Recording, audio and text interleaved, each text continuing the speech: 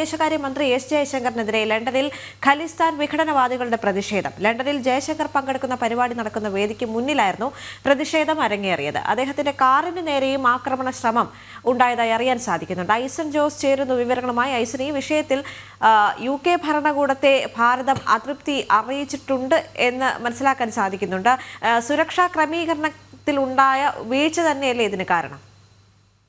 ദേവിക, തീർച്ചയായും സുരക്ഷയുടെ കാര്യത്തിൽ ഒരു വീഴ്ച ഉണ്ടായിട്ടുണ്ട് എന്നത് തന്നെയാണ് യാഥാർത്ഥ്യം. നമുക്കറിയാവുന്നതാണ്, ഖാലിസ്ഥാൻ ഭീകരർ തുടർച്ചയായി ഇന്ത്യൻ നയതന്ത്ര പ്രതിനിധികൾക്കെതിരെയും ഇന്ത്യൻ വിദേശകാര്യമന്ത്രിക്കെതിരെയും അമേരിക്കയിലും അതുപോലെ തന്നെ കാനഡയിലും ഇതുപോലെ ഇപ്പോൾ അല്പസമയം മുമ്പ് റിപ്പോർട്ട് ചെയ്യപ്പെട്ട ബ്രിട്ടനിലും ഉണ്ടാകുന്നു. ബ്രിട്ടൻ സന്ദർശന വേളയിലാണ് ഈ സംഭവം ഉണ്ടായിരിക്കുന്നത്. നിലവിലെ സാഹചര്യത്തിൽ ഈ ഖാലിസ്ഥാൻ ഭീകരർ തങ്ങളുടെ സ്വതന്ത്ര ഖാലിസ്ഥാൻ സ്ഥാപിക്കുന്നതിനുള്ള നീക്കങ്ങളുടെ ഭാഗമായി ഭാരതത്തിനെതിരായ വലിയ പ്രതിഷേധങ്ങളാണ് ഉയർത്തിക്കൊണ്ടുവരുന്നത്. ഇത്തരത്തിൽ ഭാരതത്തിനെതിരായ പ്രതിഷേധങ്ങൾ ഉയർത്തുന്നതിൻ്റെ ഭാഗമായാണ് ഇന്നും ഈ സംഭവം നടന്നിരിക്കുന്നതെന്നാണ് ഏറെ ഗൗരവത്തോടെ കാണേണ്ട ഒരു വിഷയം. ബ്രിട്ടനിലും അതുപോലെ തന്നെ കാനഡയിലും അമേരിക്കയിലും നേരത്തെ തന്നെ തുടരുന്ന ഈ ഖാലിസ്ഥാൻ ഭീകരരുടെ പ്രതിഷേധ രീതികൾ, ഇത്തരത്തിലുള്ള അൺപാർലമെൻ്ററിയായ അല്ലെങ്കിൽ ഒരു അക്രമ സ്വഭാവത്തിലേക്ക് നീങ്ങുന്ന പ്രതിഷേധ രീതികൾ ഇത് പലതവണയായി ആവർത്തിക്കുകയാണ്.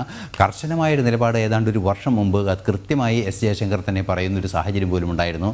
അത് കാനഡയിൽ നടന്ന ആക്രമണങ്ങൾക്ക് ശേഷം, ടൊറൻറ്റോയിൽ നടന്ന ഇത്തരത്തിലുള്ള പ്രതിഷേധങ്ങൾക്ക് ശേഷവും തുടർച്ചയായി അമേരിക്കയിലും മറ്റും ഇത് സമാന രീതിയിലുള്ള പ്രതിഷേധങ്ങൾ ഉണ്ടായപ്പോൾ അതിനെതിരെ അതിശക്തമായ രീതിയിൽ പ്രതിഷേധിക്കുന്നൊരു സാഹചര്യമുണ്ടായി. ഈ സാഹചര്യത്തിന് ശേഷവും ബ്രിട്ടനിൽ വീണ്ടും ഇത്തരത്തിൽ പ്രതിഷേധം അരങ്ങേറുന്ന ഒരു പശ്ചാത്തലമാണുള്ളത്. അത്തരത്തിൽ ബ്രിട്ടനിൽ പ്രതിഷേധം അരങ്ങേറുന്നു. അതിന് തൊട്ടു പിന്നാലെ അദ്ദേഹത്തിൻ്റെ കാർ പുറത്തേക്ക് വേദിയിലേക്ക് വരുന്ന അല്ലെങ്കിൽ ആ ചർച്ചാവേദിയിലേക്ക് വരുന്നതിനിടെ അദ്ദേഹത്തിൻ്റെ കാറിന് നേരെയും ആക്രമണ ശ്രമം ഉണ്ടായി എന്നതാണ് ഇപ്പോൾ റിപ്പോർട്ടുകളിൽ നിന്നും മനസ്സിലാക്കാൻ സാധിക്കുന്നത്. ഇതെല്ലാം തന്നെ സുരക്ഷയുടെ വീഴ്ചയായി തന്നെ കൃത്യമായി കണക്കാക്കാവുന്നതാണ്. കാരണം നമുക്കറിയാവുന്നതാണ്, ഒരു വിദേശ പ്രതിനിധി, പ്രത്യേകിച്ച് വിദേശകാര്യമന്ത്രി ബ്രിട്ടനിലെത്തുന്നു. ബ്രിട്ടനാകുമ്പോൾ, ബ്രിട്ടനെ സംബന്ധിച്ച വിഷയമാകുമ്പോൾ ഈ ബ്രിട്ടൻ ഇക്കാര്യത്തിൽ റൂൾ ഓഫ് ലോയുടെ ഒരു പൂർണ്ണമായും നടപ്പാക്കണമെന്ന് കൃത്യമായ നിലപാടുള്ള ഒരു രാജ്യത്ത് തന്നെ ഇത്തരത്തിലുള്ള നീക്കങ്ങൾ നടക്കുന്നു. ഒരു വിദേശകാര്യമന്ത്രി തങ്ങളുടെ രാജ്യം സന്ദർശിക്കുമ്പോൾ അല്ലെങ്കിൽ വിദേശകാര്യ മേധാവി തന്നെ തങ്ങളുടെ രാജ്യം സന്ദർശിക്കുമ്പോൾ അദ്ദേഹത്തിന് സുരക്ഷ ഒരുക്കുന്നതിൽ വീഴ്ച വരുന്നു എന്ന് തന്നെയാണ് ഇതിൽ നിന്നും നമുക്ക് വായിച്ചെടുക്കാൻ സാധിക്കുന്നത്. ഇത് അതീവ രാജ്യത്തിൻ്റെ വിദേശകാര്യമന്ത്രി മറ്റൊരു രാജ്യത്ത് എത്തുമ്പോൾ ഉണ്ടാകുന്ന സുരക്ഷാ വീഴ്ച, അതായത് വളരെ ഗൗരവകരമായ ഒരു വിഷയമായി ഇത് മാറുന്നു. തീർച്ചയായും അതീവ ഗൗരവമുള്ളൊരു വിഷയമാണ്. കാരണം നയതന്ത്ര പ്രതിനിധികളെ ആക്രമിക്കുക എന്നത് അന്താരാഷ്ട്ര തലത്തിൽ വലിയ കുറ്റകൃത്യമായും അല്ലെങ്കിൽ വലിയൊരു വീഴ്ചയുമായി തന്നെയാണ് വിയന്ന കരാറിൽ എല്ലാം തന്നെ ഉൾപ്പെടുത്തിയിരിക്കുന്നത്. നമുക്കറിയാവുന്നതാണ്, വിദേശകാര്യം സംബന്ധിച്ച ധാരണകളെല്ലാം തന്നെ വിയന്ന കരാറിലാണ് ഉണ്ടായിരിക്കുന്നത്. അത്തരത്തിൽ വിയന്ന കരാറിൻ്റെ ലംഘനം ഇക്കാര്യത്തിൽ ഉണ്ടായിട്ടുണ്ടോ എന്ന് കൃത്യമായും നിരീക്ഷിക്കേണ്ടതുണ്ട്. നമുക്കറിയാവുന്നതാണ്, ഇപ്പോൾ ദൃശ്യങ്ങളിൽ കാണുന്നത് പോലെ സമാധാനപരമായൊരു പ്രതിഷേധമല്ല ഖാലിസ്ഥാൻ്റെ ഭാഗത്തു നിന്നുണ്ടായത് എന്നതൊരു യാഥാർത്ഥ്യം തന്നെയാണ്. ഇത്തരത്തിലൊരു അക്രമ സ്വഭാവത്തിലുള്ള സമരങ്ങൾ, കോൺസുലേറ്റുകൾക്ക് നേരെ ആക്രമണം നടത്തുക, അതുപോലെ ദൃശ്യങ്ങളിൽ ലണ്ടൻ പോലീസ് ഉദ്യോഗസ്ഥർ അവിടെ ഉണ്ടായിരുന്നു. പക്ഷേ ഒരു വിഘടനവാദി അവിടേക്ക് ഓടിച്ചെല്ലുകയും അദ്ദേഹത്തിന്റെ വാഹനത്തിന് നേരെ ഓടിച്ചെല്ലുന്നൊരു സാഹചര്യം അവിടെ കാണാൻ സാധിക്കുന്നുണ്ട്. മാത്രവുമല്ല, ഇന്ത്യൻ പതാക വലിച്ചു കീറുന്നൊരു സാഹചര്യം കൂടി ഉണ്ടായിരുന്നു. പക്ഷേ ലണ്ടൻ പോലീസ് അവിടെ നിന്നും നിശബ്ദരായി നിൽക്കുന്നതല്ലാതെ യാതൊരുവിധ നടപടികളും സ്വീകരിക്കുന്നില്ല എന്നതും ദൃശ്യങ്ങളിൽ നിന്ന് വ്യക്തമാണ്.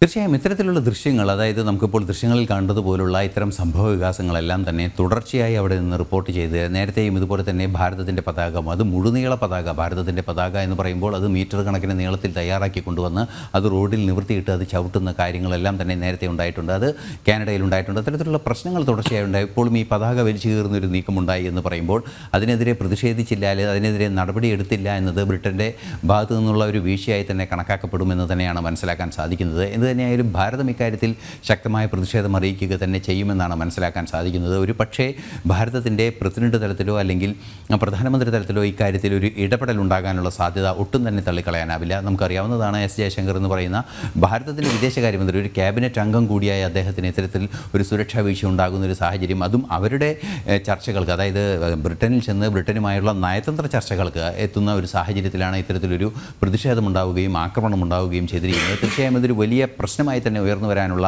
സാധ്യതയുണ്ട്. ഇരു രാജ്യങ്ങളും തമ്മിലുള്ള നയതന്ത്ര തലത്തിലെ ശക്തമായ ഇടപെടൽ ഈ വിഷയത്തിലുണ്ടാകും. ഭാരതം അതിശക്തമായ പ്രതിഷേധം ഇക്കാര്യത്തിൽ അറിയിക്കും. അത് കുറെ കൂടി ഉയർന്ന തലത്തിൽ തന്നെ പ്രതിഷേധങ്ങൾ പുറത്തു വരാനുള്ള സാധ്യതയും ഒട്ടും തള്ളിക്കളയാനാവില്ല എന്നാണ് നിലവിലെ സാഹചര്യങ്ങളിൽ നിന്നും നമുക്ക് നിരീക്ഷിക്കാനാകുന്നത്. അതെ, മാർച്ച് 4 മുതൽ 9 വരെയാണ് UK-യിൽ നടക്കുന്ന ഔദ്യോഗിക സന്ദർശനത്തിനായി അദ്ദേഹം എത്തുന്നത്. ബ്രിട്ടീഷ് വിദേശകാര്യമന്ത്രി ഡേവിസ് ലാമിയുമായും മറ്റ് പ്രധാന ഉദ്യോഗസ്ഥരുമായും അദ്ദേഹം ചർച്ചകൾ നടത്താനിരിക്കെയാണ് ഇത്തരത്തിലൊരു സംഭവം ഉണ്ടായിരിക്കുന്നത്. വ്യാപാരം, ആരോഗ്യം, വിദ്യാഭ്യാസം, ജനങ്ങൾ തമ്മിലുള്ള ബന്ധം, പ്രതിരോധ സഹകരണം എന്നിവ ഉൾക്കൊള്ളുന്ന ഇന്ത്യ UK സമഗ്ര തന്ത്രപരമായ പങ്കാളിത്തം ശക്തിപ്പെടുത്തുക എന്നതായിരുന്നു അദ്ദേഹത്തിന്റെ ഈ സന്ദർശനത്തിന്റെ ലക്ഷ്യം. ഇതിനിടയിലാണ് ഇത്തരത്തിലൊരു സംഭവം ഉണ്ടായിരിക്കുന്നത്.